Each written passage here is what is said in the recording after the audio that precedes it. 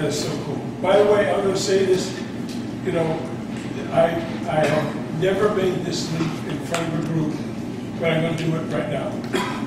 When you saw, you know, L. Ron Hubbard created all of these creative processing, L. Ron Hubbard came in and hit me and said, I did not create creative processing. I created examples of creative processing. Right? You have been creating creative processing all along. You are creators. Actually, in the book, there are at least one or two processes that read in the book he credits to other people. And you know what? I'll touch on this a little bit. It's not a discredit or a degrade of Ron to say that he didn't do this all by himself. I mean, I think that's a lot to ask. I think that's an impossibility to ask. You know, and I know he said that he did. But this is part of the point I'm making with Skype auditing, is that one of the arguments I've seen people make against Skype auditing is that I only want to do pure LRH, and LRH didn't say you could do Skype auditing. I mean, a week ago, one person went so far as to make the argument when it was pointed out that how could he? The technology didn't exist then. I had one person get defensive and say, well, I'm sure that Ron had enough ability to forecast the future and enough whole track experience to know that there would be Skype, and so if he wanted people to do it, he would have said so. So I said, like, well, really? Okay, well, if Ron was that omniscient, then why didn't he say something one way or the other? Where did he say never do Skype? And if he was that omniscient, why did he not set things up in the church to prevent what has happened to the Church of Scientology? You know, I mean, that's, again, it's not a degrade or discredit, it's just, come on. You know, you're asking him to be God. Come on. You know, as far as, you know, when people object to Skype auditing and say, again, you know, I only want to do pure LRH. Well, let me assure you of something. Anybody in this room who has done Scientology processing, any grades, okay, just about any Scientology processing, has not done pure LRH. And to be very specific, why? The concept of bypass charge, the man who discovered that was not L. Ron Hubbard, it was a man named Gordon Bell. Repetitive processing, the very use of repeating the questions over and over. Imagine Scientology without that. It would be unrecognizable. Thank you, Jack Horner. Yeah. Okay? I'm not taking anything away from Ron, please, you know, but ever get an L1C or an L4? Thank Alan Walter. Okay? Thank John McMasters for all the power processing. Now, let me tell you, I think that I've done as extensive research and study of power processing as anybody's ever done. I've studied it from the viewpoints of 3 other people who were there and participated in the piloting and developing of power processing, besides what Ron issued through the church. Plus, I've got a PC who was at St. Hill and participated and got his recalls, many of them in session. And John McMasters is the single greatest truthful source of information about power processing. He's not the only one, and it's not complete, but John had the most to do with developing power processing. But if you read his information and listen to his lectures carefully enough, you will find where he does say that Ron sparked it. Ron gave him the initial command. The story was, Ron was in the middle of a conversation with somebody, and some guy came up and just kept on cutting his comm, interfering, and you know, just didn't seem to be cognizant of the fact that Ron was in a comm cycle with somebody.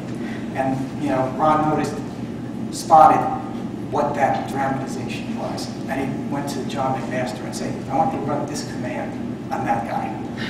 You know, that was the beginning of what became Power Process 6, the core power process, which is also known as the conditions process.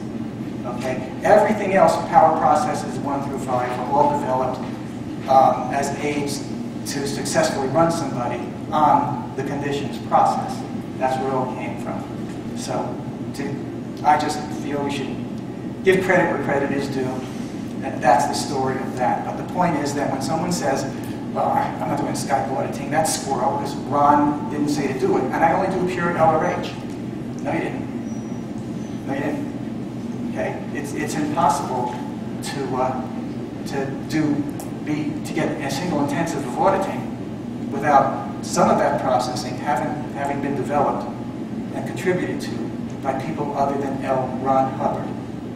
And I find usually when I say that, even those people who have been arguing that this is not LRH, they'll stop and say, well, yeah, I knew that to be true. You're right, I grant you that. But then somehow there's still what I think is a service factor, a fixed solution that, holds off having to reconsider and restudy everything, or whatever it is that the person feels they can't confront. Now in relation to what we were talking about with the fact that the being is there with you, okay? A very important point of all auditing, but I think it might apply more to Skype auditing because it's the ability may have to be practiced to a slightly finer degree. John McMaster said in one of his lectures, people ask me, like, how could you have this knack, this great model session better than anybody else? How is it? What is that? What are you doing? And McMaster said he had to think about that. What he realized was that when he asked the PC a question or gave a command,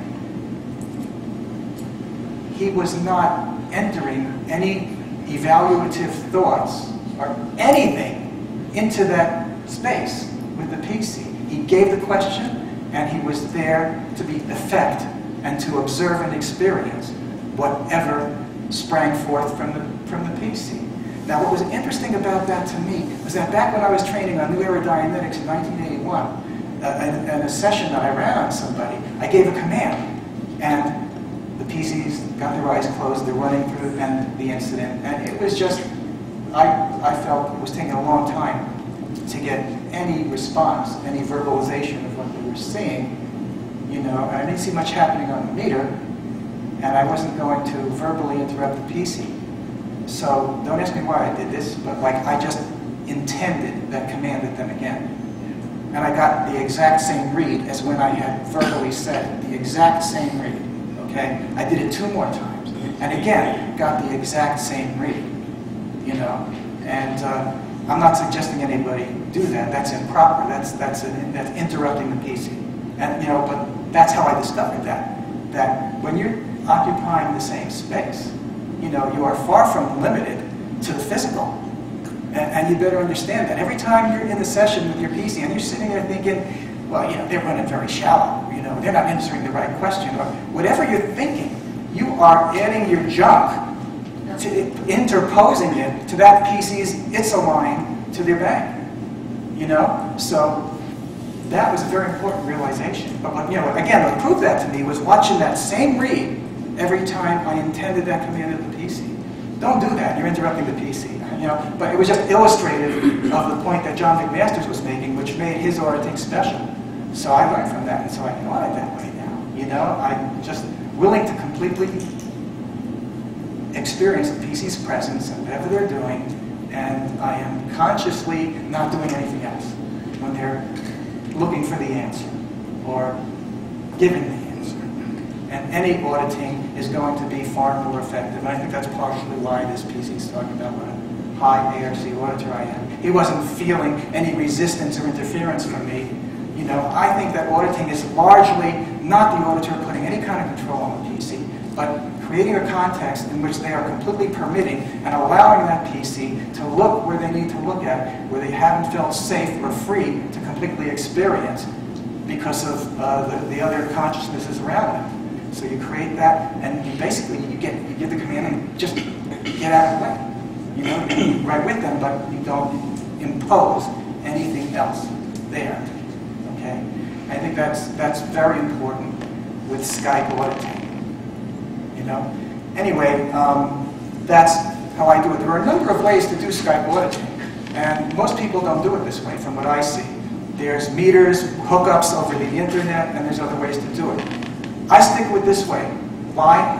Because for me, it's been 100% workable, not 99%. It's never failed. I don't get any false reads, and I have to tell you that in 2 years, I have not once used or needed to use a correction list for anything. Yeah.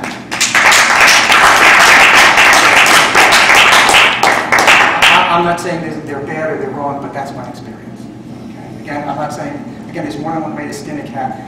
So, the Would other you part, please stop skinning cats? I gotta skin those cats. No. You see how I skinny cat? Keep Anyway, the accountable. should I be wrapping this up, Ray? Yeah. Okay, let me just, I can't explain stuff like that. fine. All right, so anyway, compared to the other ways to do Skype auditing, where somebody holds cans and they go to the internet, my thinking is, why am I going to add physical universe vias to something that's working without it? That's why. Okay, I can answer questions. Other than that, I think I'll just cut it short because this has been a long day.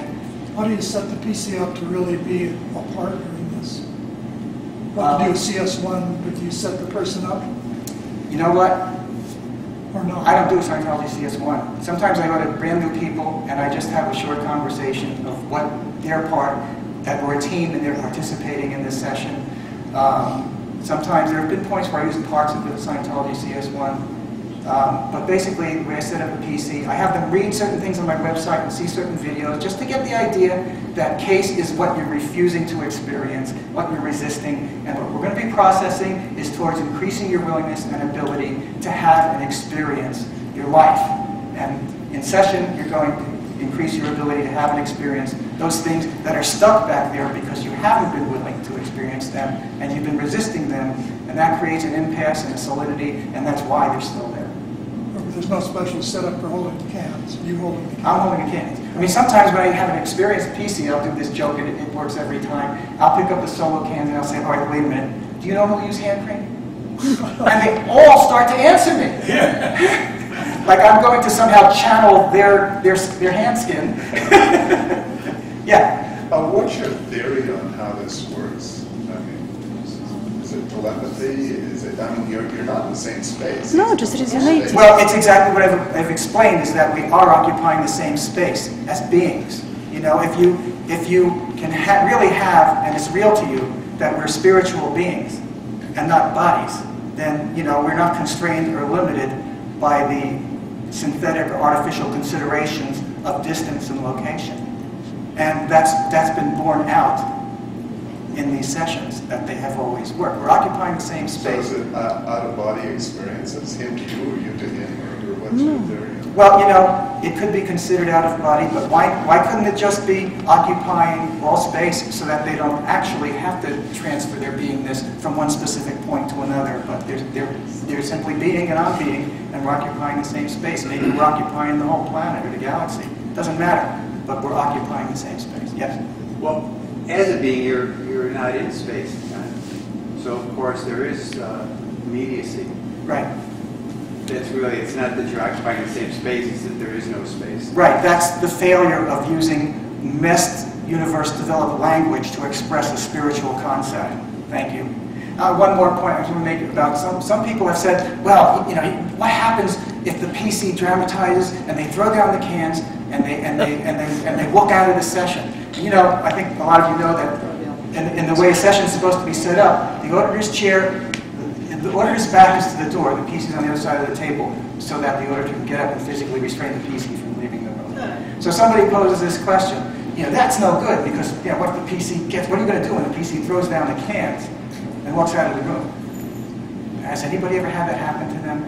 I mean, you know what I said was, you know what, if your PCs throw down the cans and walk out of the room, you got bigger issues to worry about than auditing over Skype.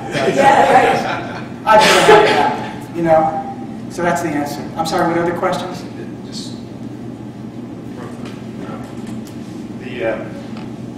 the physio, is that necessary? And also, so in other words, could you do it over the telephone, or is it critical that you have the physio to get it in ERC? Secondly, let me just, first question. Okay. I started out doing it over the phone in order. That's the answer. I mean, I think that I prefer doing it over Skype. I prefer, you know, giving that PC that And plus, I am not so completely full perception, that I can at will, or maybe it's just not acceptable or real to me at this point in my existence, that I can walk out of that room and tell you what time it is on your watch. So if I can see the PC's indicators and their face, and they can see mine, it's an ARC factor, and it's also a perception factor for me to. The second question is about ARC. If you're an auditor that is less experienced, maybe, and not totally at effect, could your bank come into play with his, could you get read? Well, that's a basic auditing question. That's a basic auditing thing that has nothing to do with Skype. Basically, you have to be able to. But you're holding the can, so that's the only reason I asked. Right. So that's the That- advantage. I just wondered if you thought about it. Yeah, again, I've had no failures. Good. Some people think that I have, more ability to do this than some other people. I think if anything, I just have more understanding that I can do it, and they don't understand that they can do it. That's what I think. It's not about your experience, it's more of how repeatable this is for another auditor that may not be at... Maybe some people have tried this and weren't able to do it.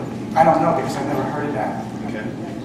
But if that happened, I would first start out with your basic auditing skills and start from there and check those out before we assume it's that. And then there's also processes that were developed in the late 50s and early 60s, model session processes that establish the session, establish the pre-clear, the auditor. Look at me, who am I? Who should I be to audit you? Okay.